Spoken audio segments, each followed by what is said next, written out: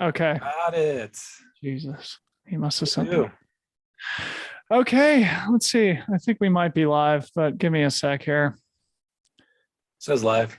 It says live. Okay, guys. So sorry for the delay here. Welcome to Freetrail Friday. Technical difficulties. But we are joined by the man, the myth, the legend, Mr. Dominic Grossman. Dom, how are you this morning? This afternoon, I should say. Ah, so wonderful. It's a wonderful spring day here in Wrightwood. I'm stoked. Oh man, I'm all flustered after dealing with the back end of Zoom here for the last 10 minutes. We apologize to our viewing audience here, but we are going to make sure we make up for it with a great conversation. Of course, Dominic and I have been great friends for a long time. We came into the sports roughly the same time, more than a dozen years ago at this point. And we're going to have a spirited and hopefully entertaining conversation about Dominic's recent completion of the Cocodona 250. We're going to talk about fatherhood. You guys may have seen that Harmony and I are going to be expecting our first child, a baby boy, in August of this year. So Dominic's going to give us some fatherhood lessons on today's live stream. And then we're going to close it down by talking about this current moment in trail running. We had a provocative tweet from Eric Brands at Ultrarunner Podcast last week that sort of made the argument that the spark is dead in the sport of trail running. And Dominic and I are going to explore whether or not that's true. So stick around for this fun conversation. Before we get to it, a big thank you to Aura, who is a main sponsor of all of our Freetrail Friday live streams. We've taken a couple of weeks off, which was much needed, but glad to be back with Dominic. Aura has been an awesome supporter of ours. If you guys don't know anything about Aura, this fantastic little ring here, I wear it 24/7, gives a great glimpse into your health, wellness, your sleep quality, lets you know sort of when you're ready to rev the engine, when you should probably take a couple days of recovery. It's a really fun tool. And you can get 6 months free subscription with the purchase of the new Gen 3 ring by using the link in the description here in YouTube, or if you listen to this on podcast, in the show notes. Also, for those who are into fantasy sports, Zagama is happening this weekend. And for those who are unfamiliar, it's a legendary mountain race in Spain. Happening tomorrow, including some of the world's best athletes. Mr. Kilian Jornet is there, Courtney Dauwalter, many, many others. So go to fantasy.freetrail.com, pick 5 deep, come play with us for a chance to win some Freetrail merch and maybe some other prizes that we haven't quite figured out yet. Shout out to Travis Longcar, who's got our whole fantasy operation up and running. We have Broken Arrow coming up very soon, where we're going to be doing the 3 races, the VK, the 52K, and the 26K. So we'll recognize individual winners for those races and aggregate winners. So people who predict most accurately over the course of the entire weekend. Then we got Western States and then the full UTMB circuit after that. So come play Fantasy Freetrail with us, fantasy.freetrail.com.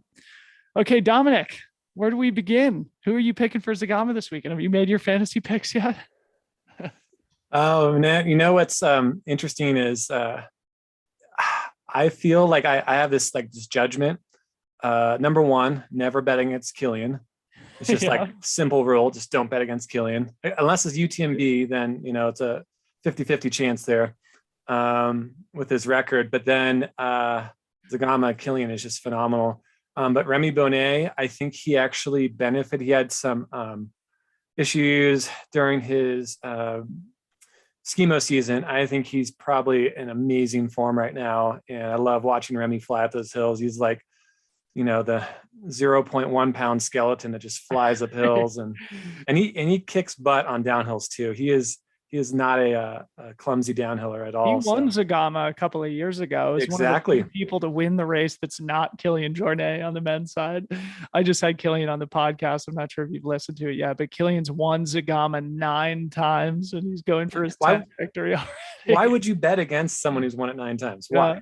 And you and I had a fun text exchange, as we always do, about Kilian's new footwear, which he revealed on the normal Instagram account this morning. Looked pretty cool. What do you think about Kilian's new footwear? Oh man, it's there was a time when he was doing things at Solomon that I was like, he's rubbing it in normal people's faces. Like he's wearing like a minimalist shoe that like doesn't have any shoelaces, just a sock. Like no one can run well in that but him. And now it's like, oh yeah, he's got a proper shoe that's got some runability to it and some cushion. So he should be pretty lethal in that. Yeah. So It'll be fun to see. In the chat, Aaron Shimon says that Emily Forsberg just won the VK saw that.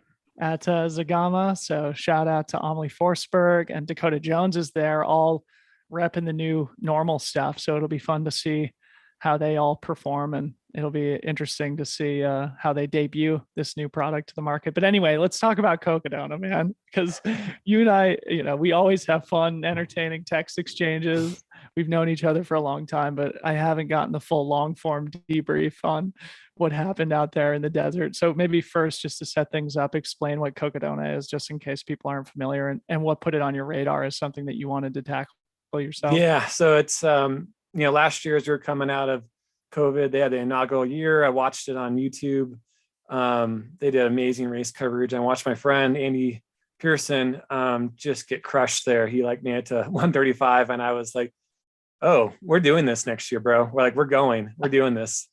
And I have like no great long form experience. Like I've done Badwater, and I did like when I started in 2010, like 2 years into it, I did like a self one person team Ragnar. I did 155 miles on roads, but like 250 miles is like nothing else.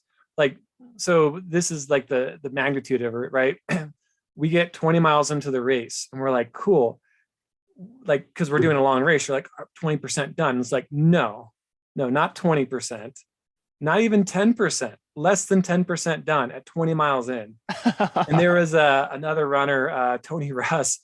We'd only been running for like less than 4 hours, and he took a nap on the trail after 4 hours of running. Wow. And it's because of the mental what I'm aspect. fascinated about is like the strategy around when do you sleep, when do you take rests, when do you change your shoes. There was no strategy to 4 hours into the race, and we started at 10 a.m. So he didn't need a nap, but he like mentally, needed a nap. Fascinating. And yeah, it's like it's a mental, like, just shoot. It is much more mental for like the first day than anything else, because you just don't believe like it's going to happen. Like you just feel like this is unimaginably long. And it was. It freaking was. So you spent some time with Timothy Olson, the Mirage, out on the PCT last year, and you and I have spoken a lot together about just how impressive it was to have front row seats and bear witness in person to that performance. I'm wondering if Tim's effort maybe was something that inspired you to go tackle Cocodona yourself, or anything from Tim's exhibition of endurance that you tried to apply towards your traverse across Arizona.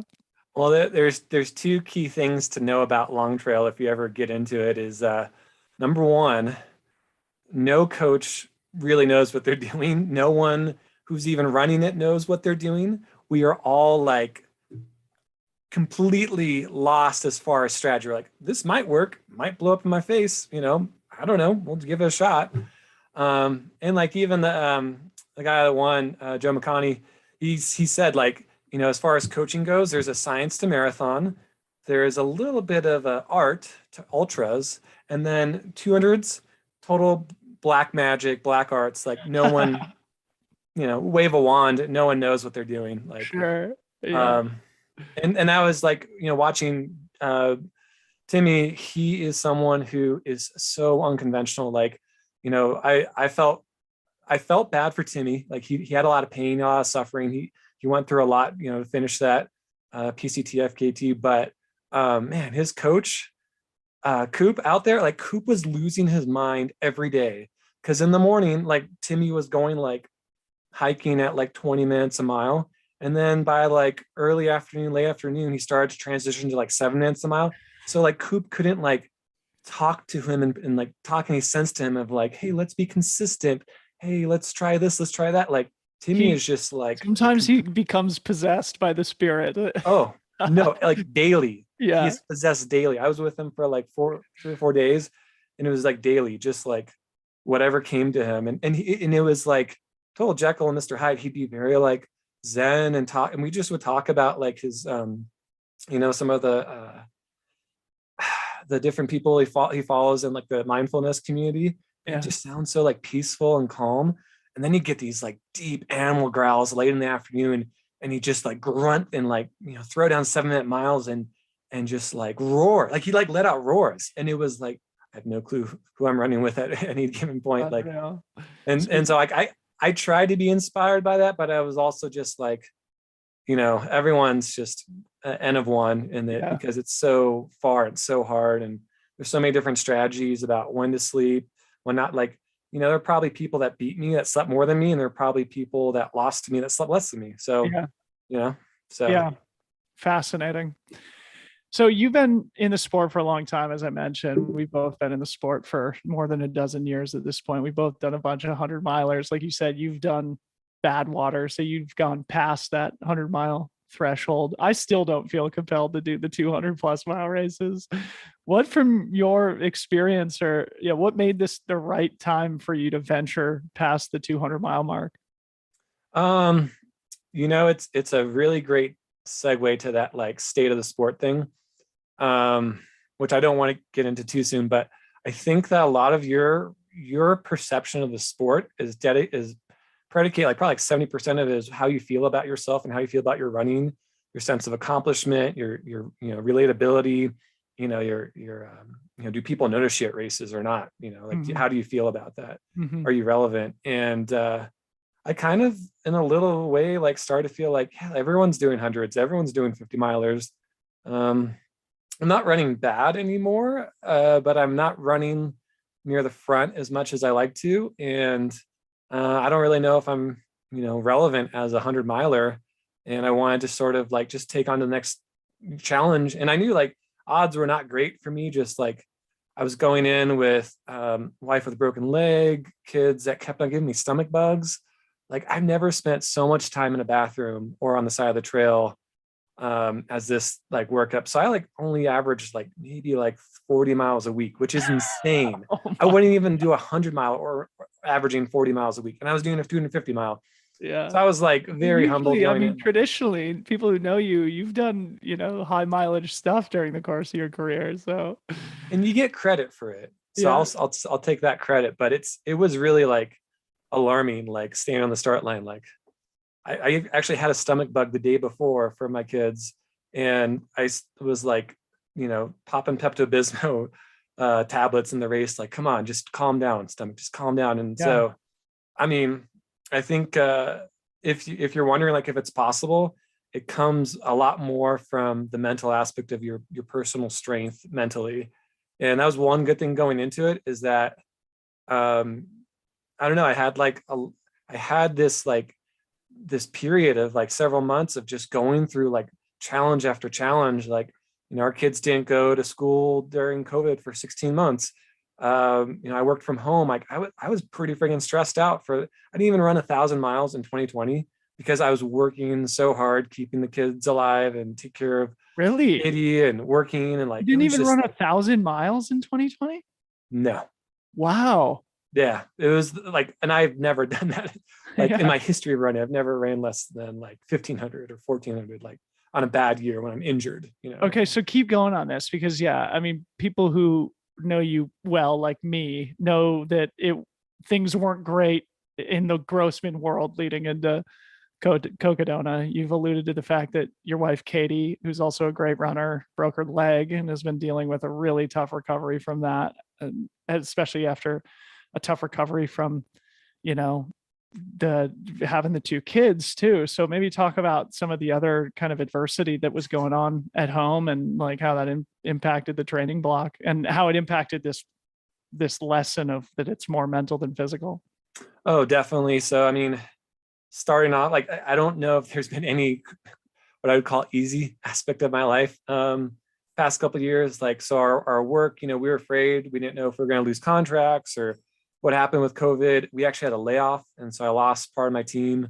Um, and then we had the great, time of people quitting and moving on to new jobs. So I ended up I'm a super engineering supervisor. I ended up doing a lot more individual contributor work and working like relatively long hours through COVID and even after COVID, just like not being able to hire up fast enough and having to, we're kind of a magnet for R&D within the military. So we have like all this work to do and all this really cool stuff I'm really excited about, but just working, lots of hours and being kind of burnt thin there. Katie had abdominal surgery to remove a tumor in 2021 after she had Goldie. So she couldn't even like lift herself up or get up while she was trying to, nurse Goldie after she was born. And so I like did, all of the work basically other than the nursing. And I like, our daughter, older daughter, Lindy, she was learning to ski and I didn't want to like have her meet her new sister and not like her because her new sister takes time away from her. So I pretty much was like always either parenting or working, and then just sneaking in miles wherever I could.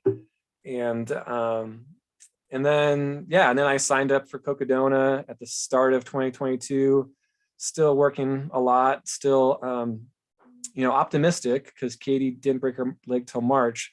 And then once she broke her leg in March, like we had to switch everything up. And like the kids usually went to school 3 days a week. And I had to go 5 days a week. And then like I had to like take care of them at night because like Katie couldn't even like walk. She had to like have like a tiny little scooter and crutches. And so like we got to like 10 days before the race and and our plan all along was like, yeah, you'll be able to walk, you'll be able to take care of the kids. And she still was like there, like her tendons in her ankle had a really bad tear. And so even though the bone had healed by that point, she still just couldn't walk. She was crutching around and like, our with 2 kids under 4 years old. Yeah, like I had a strategy for who's I was like, take this leash miles. for our 14-month-old who's a maniac. She like walks everywhere, runs everywhere, eats dog poop or whatever. Like keep her on this leash. And she was like, no, I'm not gonna keep her on the leash. But I mean, it was like very like all the adversity just kept on stacking up. And eventually it was kind of like Katie used some expletives of like, you've got to be kidding me. They announced the bib numbers and my bib number was 13. And she was like, so freaking fitting, Jamil. Like, it's funny. I had Walmsley on the podcast and Walmsley was talking about how in cycling, if you take bib number 13, they always turn it upside down and put it on their jerseys. So maybe you should have done that. So anyway, I mean, maybe we should start talking about the race and the course and stuff, but clearly it was, you're going into it without proper preparation, but you've got like this military background, you've got this engineering brain, you're a tough mofo and a problem solver. So you had all the tools that you needed, even if you were underprepared, and they brought you to the finish line. And I want you to talk more about the mental aspect in a sec, but maybe let's talk about the course. And what I'll do is share my screen here and we can take a look at it with the viewers. So this is String Bean Joe McConaughey's Strava, because Dom didn't put his Cocodona on his Strava account. So I had to go fishing for string beans. So. Yeah, we'll do soon. I had some issues with I went to a hotel in the middle of the race. I need to clean up some data, but yeah. So if you look at the course, went to a hotel in the middle of a race. I mean, I freaking needed it. I was like falling asleep walking. But anyways, the first half of the race was augmented because of a fire south of Prescott. Usually you run from the Black Canyon City, which is closer to Phoenix, and then you come up into Prescott. Instead, we did out and back to Skull Valley, and then through Prescott Valley and up to Jerome. And so what happened was less climbing in the first half of the race, but there was more high altitude running, I guess, between 5,000 and 7,000 for most of the first half. And that's one of the things to note is like, this is like up on the Coconino Plateau and up on Prescott Plateau or whatever. And so you don't go, like, you're not like running at sea level, like some other 200s like Bigfoot that might have less climbing, but you're running up at altitude. Like you finish like the last 100 miles of the race, above 6,500, finishing with a push up to over 9,000 feet.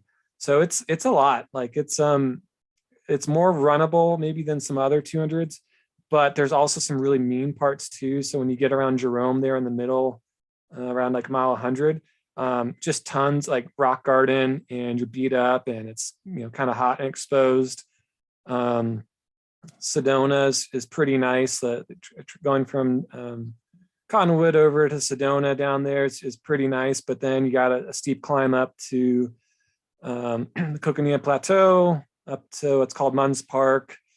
And then just like there's more rocks than you realize in Arizona. It's definitely a rocky, sunburnt state. So what are like the cruxy parts of the race? Because I remember in year one, there was a section where everybody ran out of water, basically. Where is that here on the elevation profile? And maybe talk about that. That would have been the start for us, but unfortunately, it got shifted.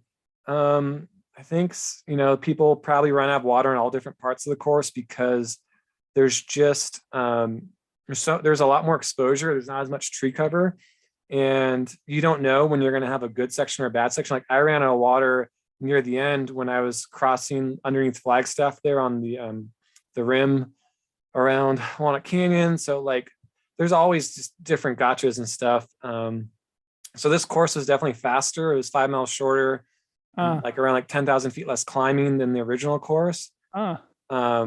But still its own challenge, just inherent with 250 miles. So. Yeah, obviously. And you'll notice that Jamil felt compelled to throw in a 2,500 foot climb at mile 240.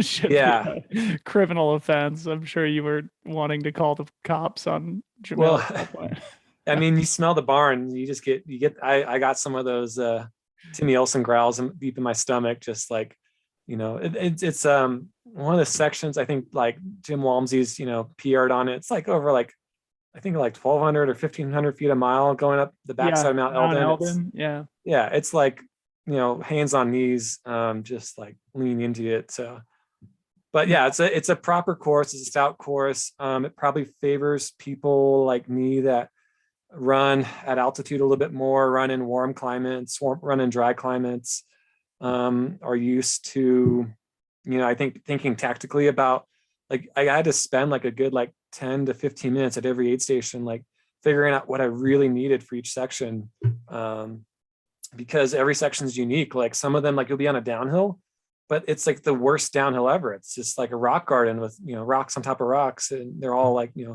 marbles on concrete. So so talk about that more. Like what makes a 200 miler, a 250 miler different from a basic 100 miler, and talk about the logistics about how you and Katie planned the aid station transitions and her travel across the course and things like that.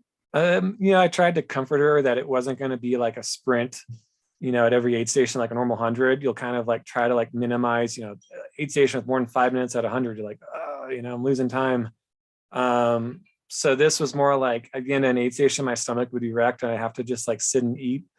And then I was eating, I kind of just, barked out orders like, put that in my pack, take that out, I need this, Yeah. And I got like on a rhythm of like salami and crushed Pringles.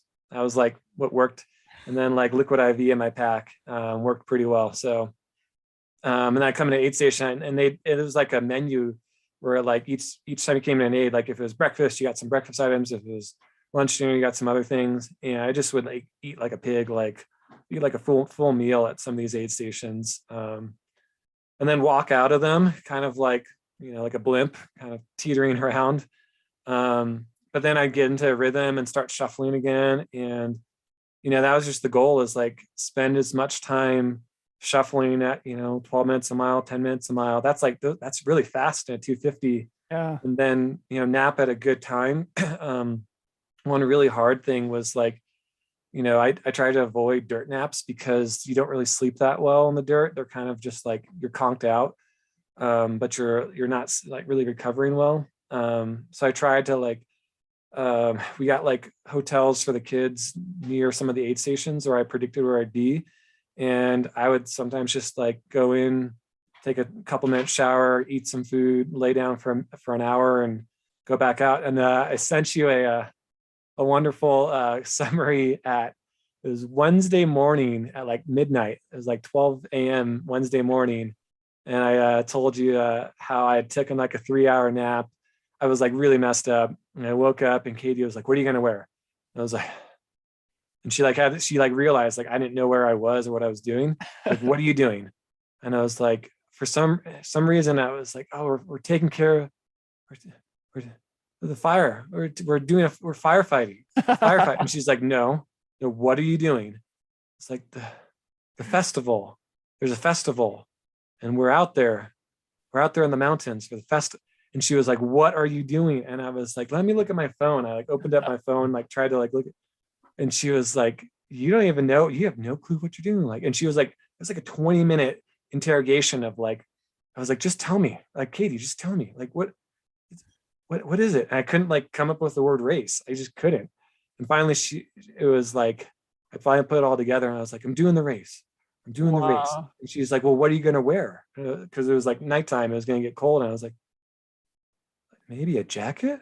And I couldn't even like, I had like, You should have two or three worn that different, New Balance speed suit, man. That I would have know it would have been killed simplified. Um, but man, I was like out, I was like awake, but I was dreaming that I was a firefighter. Like I couldn't figure it out. It was just totally Dude, this fumbling is in the dark. And eventually I got it going together. I had like a Red Bull. I felt like, man, this is like, it's not Red Bull gives you wings. Red Bull gives you like who the hell you are. And like when you're lost and out of your mind, like 200-mile race, like if I had that Red Bull, I would have still just been stumbling around in the dark. Cause that's what she was afraid of, is like, is he going to like, I don't know what, like walk off into the distance and right. like, Yeah. She's like, this is the father of my kids. He doesn't even know who he is or where he is. Should I allow him to leave this hotel room type thing? and I was really annoyed. I was like, afterwards, like, you should record it. And she's like, I was scared. I thought you were out of your mind. I We was like, you needed should the have recorded it. content, babe. Come on. Yeah. This would have been a sweet reel for Instagram. I know. um Amazing. So I mean, maybe you've sort of touched on some of the strategy and how, because 200 milers are so new, there's not really a consensus about how to go about executing a race like this. I'm sure it's the type of thing where, because it was your first time, that when you finished, there's a million things you could identify where you could shave handfuls of hours off of it. What are some of those learnings that came about as a result? Um, I think like you have to train with a lot more patience for yourself. Like in training, I'd be like, if I had like kind of a bad long run and maybe like I hiked a little bit more than I ran, I'd be like, oh, I ran like, 12-minute average pace, but I had some decent climbing. I'd feel like good about it. And it was like, no, but like a good training run would have been like having, a decent meal before and like working my stomach, pushing it and getting used to like eating and running better. Yeah. Um, because like the sheer amount of like sugar content, gels, and normal energy products, they just aren't practical. So savory things just work better in long trail stuff. Um, Mhm. and then I think like understanding just how bad the field would splinter apart. There was like a lot more people that were a little bit fitter than me at the start, and I was running a little bit further back. But just having that confidence that like if I executed well, I was going to keep moving up, and very good runners were going to blow up, and I had opportunities, and so I was kind of, after it all was said and done, I was like, I could have executed a lot better in the last 100 miles and made up a lot of time, but I had a little bit too much pity for myself, and I had a hard time at some points snapping out of that pity party. It's funny. I like two playlists I was looking forward to listening to, like cowboy music, like old Western cowboy music, and like house music. And the cowboy music like depressed me so much because you could just feel these like cowboys like dying of thirst out here on these remote trails in Arizona. And I'm like, I am that cowboy. I am just so desperate for water at this segment, and I'm gonna die out here. I'm gonna become a skeleton on the side of the trail. And so just like the like freaking optimistic poppy house music like was pretty good at keeping me dialed in. And yeah, and just like, I mean, it's hard to think when you're late in a race, but when you've done a lot of homework, which was great about Cocodona, is they have a lot of just videos everywhere. Like Jamil makes like tons and tons of Yeah. videos, and other people that did the race last year made tons of videos, and sort of just learning stuff. You got to be more of a student in 200s because there's no amount of talent that just really works out. Like, there were some really talented people that I was amazed at how badly It's they a blew up. toughness and an intellectual competition, not necessarily a talent and performance competition, isn't it? I mean, like Eric Senseman freaking, won JFK in like low six, a couple of years ago. And then he was out there behind me, just like dragging. And I was making dad jokes and we were having fun, but like, I was surprised. I was legitimately surprised. I mean, we had like a moment, like a kindred moment where I was like, Eric, this race makes no sense, but you do. You're Senseman. And I was like, no, man, the fact that you're in this race, you're Eric nonsensman now. Yeah. This classic Dominic joke there. So I mean, I had you some good finished, dad jokes. Yeah. I'm sure. Yeah, you're famous for that. You finished in 85 hours. Like, was there, it seems like it would be a spiritual experience. Like, did you discover the meaning of life or did you find your place in the universe? Are there any like profound realizations while you're out Oh, there?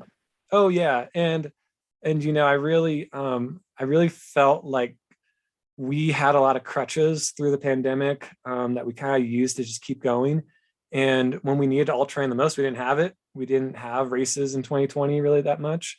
And I think had this feeling of like how important is all training. Like, I have kids now. I have other responsibilities. There's so much pain and suffering in the world.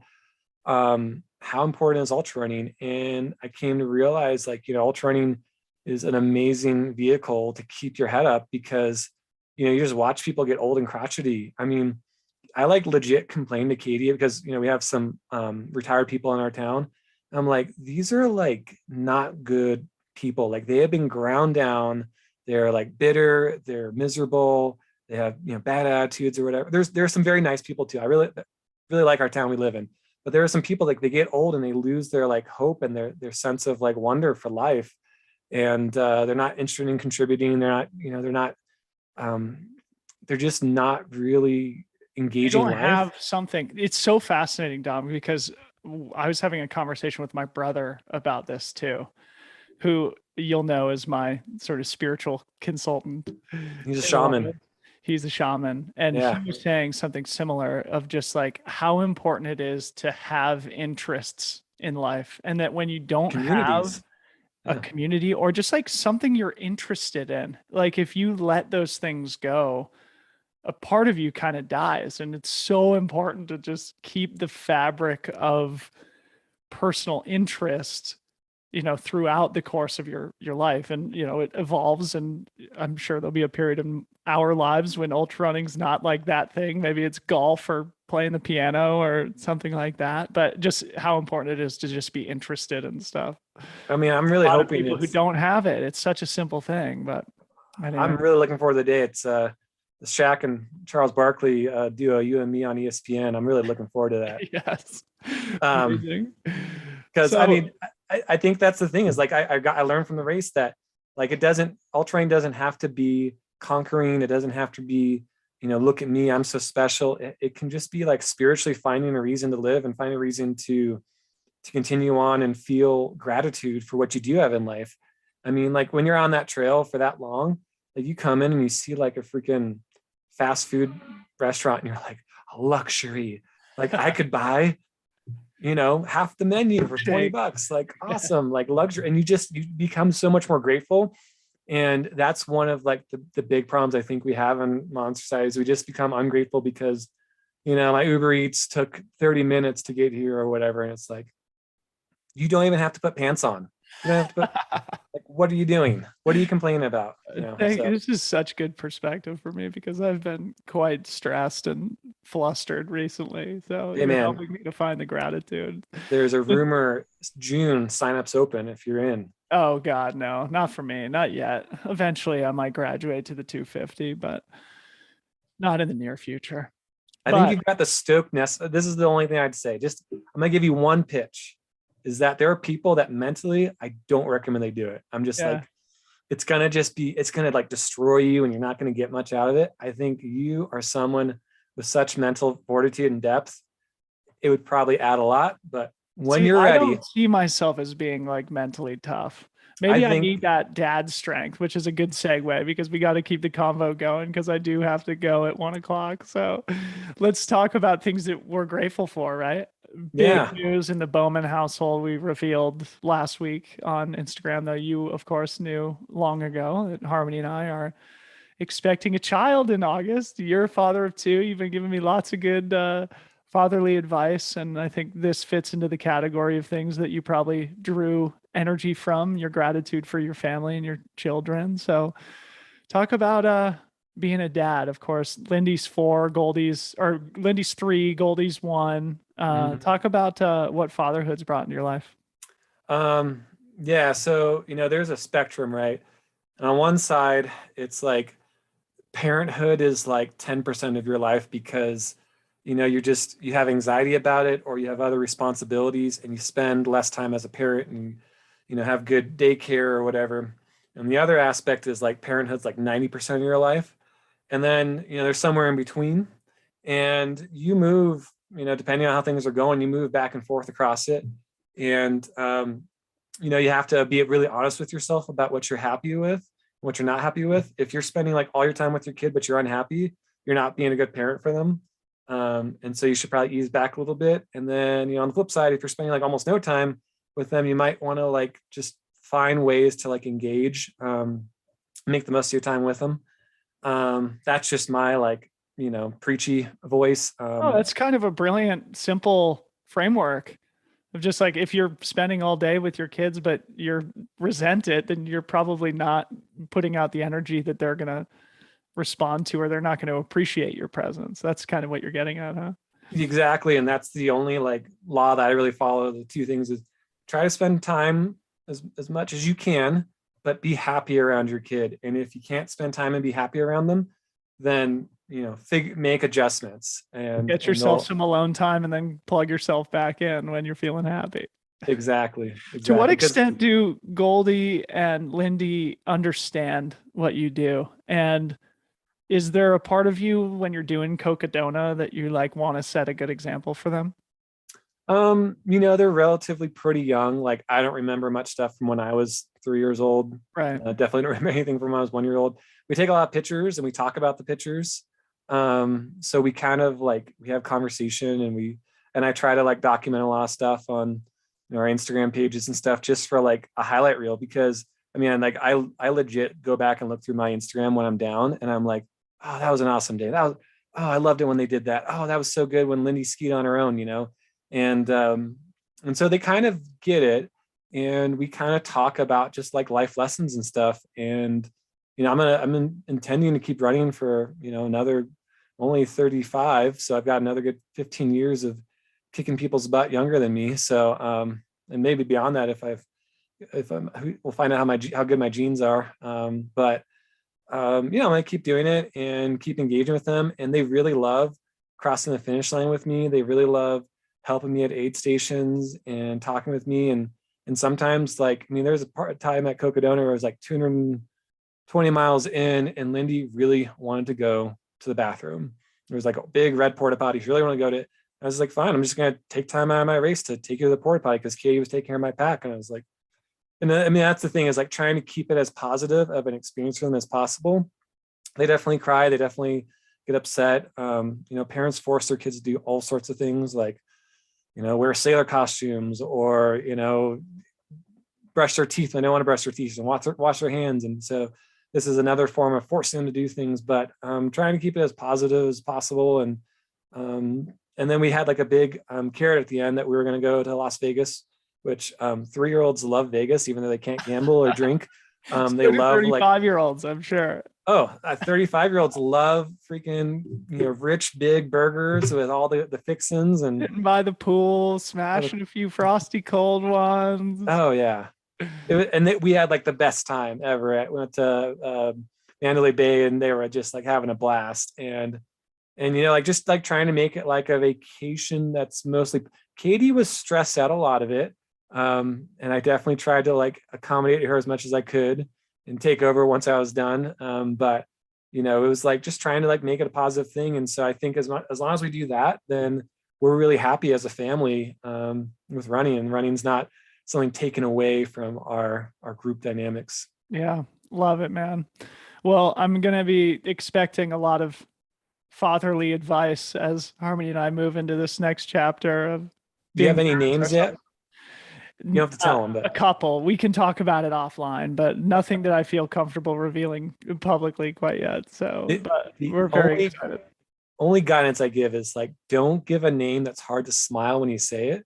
Like Lindy and Goldie, they're Goldie, like, you smile naturally. There's a positive inflection. Like your kids are. McClintock, like McClintock is a terrible name. I've seen that kid's name that. I'm like, what does the kid feel when they're like, hey, McClintock, hey, like, come on. I Like, kind of like that name actually. But yeah, your daughters are just beautiful, beautiful human beings, and they've got fantastic names, and they've got good genes from fantastic parents too. So, well, awesome. So, we only have about 10 minutes left. So let's move on to the final topic of conversation, that being this provocative tweet from Eric Schranz at Ultrarunner podcast last week. Shout out to Eric Schranz. I don't know if he necessarily thought he was going to be starting an internet brush fire when he posted this, but I'll just go ahead and read it for people who are going to be listening to it. Effectively, what he asks is two-part question. Does it feel like the spark of ultra running is not as bright as it was 10 years ago, not as interesting and or dynamic? And part two, what was/is that spark? Was it the relative newness of the sport? Was it the characters, in parentheses, Anton, Ellie, etc.? Was it something else? Question mark. Dominic, you and I have been in the sport, through the period that Eric is referencing here. We've obviously carried that through, and our love, I don't think, has dimmed much since that era that he's referencing. So maybe you get us started on this subject. Any top line takeaways from the Eric Schranz tweet about whether or not the spark is dead in trail running? yeah, and I'd say the professionalism has increased significantly. So like, when you look at like track and field, for example, if you're a fan of that, most of the track and field athletes are relatively pretty professional. They aren't that goofy. They don't take risk. They don't have so much bravado. There's like a handful of people, and like I'll think of like Woody Kincaid or the guy with the mustache and the mullet, Craig Ingalls. Yeah. I'll think of them as like very inspiring runners, but they're also like, if you try to follow in their footsteps, they're very like destructive. Like they take risk, they get injured. And so I think ultrarunning is a sport that we've learned much more so is that it really punishes you when you make mistakes and you get too high in your own supply. And so is it fun to watch people take risks? Yeah, it's a blast. Like Walmsley is very exciting to watch take a risk because he's either gonna like knock it way out of the park or he's going to blow up spectacularly. Yeah.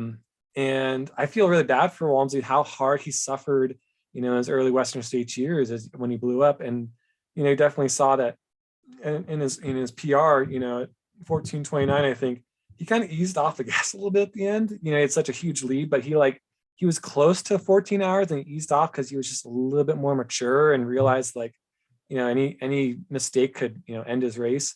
So, yeah, we've become more professional in ultra running. There are young people that are taking more risk, but that shouldn't take away from the magic of like just how hard a race is. And I think that's something that, I mentioned earlier, you have to look to yourself and decide that you still are relevant and special and that all of your accomplishments still matter and that you're proud of your running. And if you're not, I mean, go off and, do something freaking hard, go do a JMT or a 200 mile race, or just do something that's really meaningful to inspiring because, you're people, like they say, people that have been hurt, they hurt, and people that have been loved, they love. And I know like Eric went through a tough, COVID period with his kids staying home, and he struggled with a lot of, the just experience. And I'm hoping Eric gets back out there on the trail more and gets into more races and gets a sparking. Cause like, I mean, it's like, I don't know if you've ever had this feeling, you have like some music you hear one time, you don't really care for it, but then you hear it after a run and you're like, this song slaps. And that's what running does. It enhances life. And, but what about the feeling in the sport? Like, I think that's what he's getting at is like, is the spark, like the special sauce, dead? And there's another, I think, interesting comment in this Twitter thread, and maybe somebody resourceful, I could probably put this link in the YouTube chat, but this one from Terry Miller. He said, back then we had Killian plus Tony doing crazy mountain runs with a gel in their pocket and a pair of split shorts. Born to Run and Unbreakable showed things people didn't know was possible. Now everyone's seen it all, if not done it. The same stuff 10 minutes faster in Hoka's isn't interesting. I mean, for me, obviously, like you and I think disagree with this, but I think there's interesting stuff to explore because, like, yeah, that era was a special time, wasn't it? The Unbreakable era with Tony, it's like living in a truck. I mean, you and I personally came up like so incredibly profoundly touched and inspired by like Tony's blog and like his personality, his writing, that lifestyle. And there was super romantic spark, right? But doing it a little bit faster with Hoka's, does that make it uninteresting? I think that one of the things that Walmsley set the tone for, and Walmsley was really, following other great track runners, the more time you spend on social media and writing blog posts and taking pictures on runs, whatever, less time you're training, less time you're recovering. And, just because they're not like giving you all of the like romantic cuts of their life, doesn't mean make it what they do anything less special. I relate to people just, in engineering, we're always trying to do like the next best thing with the next greatest technology. We're trying to pull in every tool that we have. And I respect these runners that have the best technology in the world, like the best prototypes and stuff. I still get prototypes from New Balance I'm really excited about, really proud of. And I just hope that, for those old crotchety people, I understand, like, does a spark appear dead to them? Yeah. But like, are runners incredibly motivated and inspired to like go after Walmsley's 14:29? Yeah, they are. There is an army of runners getting ready for Western States that are talented enough to do it. And maybe they don't have all experience, but they're going to do the same, progression through the sport of learning things that Walmsley had to learn and trying to improve upon them. And I think it's, ask me like when I was in the doldrums of winter and struggling with stuff, like, I might be a little crotchety about ultrarunning. I have been crotchety about ultrarunning. Yeah. But it has to be like now when I'm happy where I am and I realize all the goodness that people are putting in, like all the energy people are putting into ultrarunning, I think it's an amazing sport. Yeah. Yeah. And Scotty Coomer, who's the host of 10 Junk Miles, a guy who I really like and whose show I think is awesome, he kind of agreed with Eric's sentiment. He said, I think it's less sparky. It feels more commodified, more commercialized. I feel like people are trying to be interesting rather than just interesting people doing interesting things. So he sort of agreed with Eric's assessment. And I think this is a criticism that a lot of people have with the sport as it professionalizes, to use your word, that it's becoming more commercialized, right? It's becoming more commodified rather than being like Anton Krupicka rolling out of his truck and putting on minimal footwear, taking off his shirt and like, exhibiting ultimate freedom in the universe. I mean, it's a bummer that the crop top replaced the shirtless runner. Yeah. I'm sorry, Scotty. I know it's not as exciting to watch a crop top as a topless runner. Yeah, but I don't know. I mean, like, I can see where these guys are coming from, but to me, it's such an exciting time. And we have, Killian's still in the sport and Anton's still in the sport to, a lesser degree than he was back in those days, but he's still an icon. And now our Mount Rushmore of Killian and Francois and Courtney and Jim, it's like four of the most admirable, impressive athletes across any sporting discipline are all in ultra running. And yeah, there's some things that you can criticize about the sport, but I feel the spark is still alive. And I gotta tell you, I cannot wait to see you cross your first finish line with your kid in your arms. I mean, it's going to be just the spark, man. I love it so much. And I think you're going to be an awesome stoke daddy, Thanks, Dom. Any closing comments for us as people go into the long Memorial Day weekend? Yeah. I mean, there is amazing amount of content out there. Go out there and listen to it on your runs, listen to your Freetrail podcast, get stoked and like, just remember like what a gift it is. We've gone through a lot of years with fire damage and Cocodona got rerouted because of fires. I mean, be super grateful if you've got a race on the calendar that you've got it, We're going to go through a lot of changes, more growth in the sport, more impacts of global warming and everything and fire suppression. It's going to be tough, but just be freaking grateful for a beautiful day and go out and get stoked. Yeah. I know I always get stoked when I put on a Free Trail podcast. So my man, thanks for the plug. Well, bro, always fun to chit chat with you. Sorry it had to be a little abbreviated due to the technical difficulties, but big hug to you. Big love. Congratulations on Cocodona. Give hugs to the girls, and let's chat again soon. Definitely do it again soon. And much love to the women in your life, Deb and Harmony, and take care of them. Amazing. To our viewing audience, go get your picks in for Cocodona. It's going to be a big, important Zagama. race. I'm sorry. Excuse me. Thank you, Dom. For Zagama, fantasy.freetrail.com. Start looking ahead towards Broken Arrow and Western States. We're going to have some really fun prizes and stuff attached to all those races. So come play with us. For now, have an awesome Memorial Day weekend, everybody. Keep the spark alive. Peace out.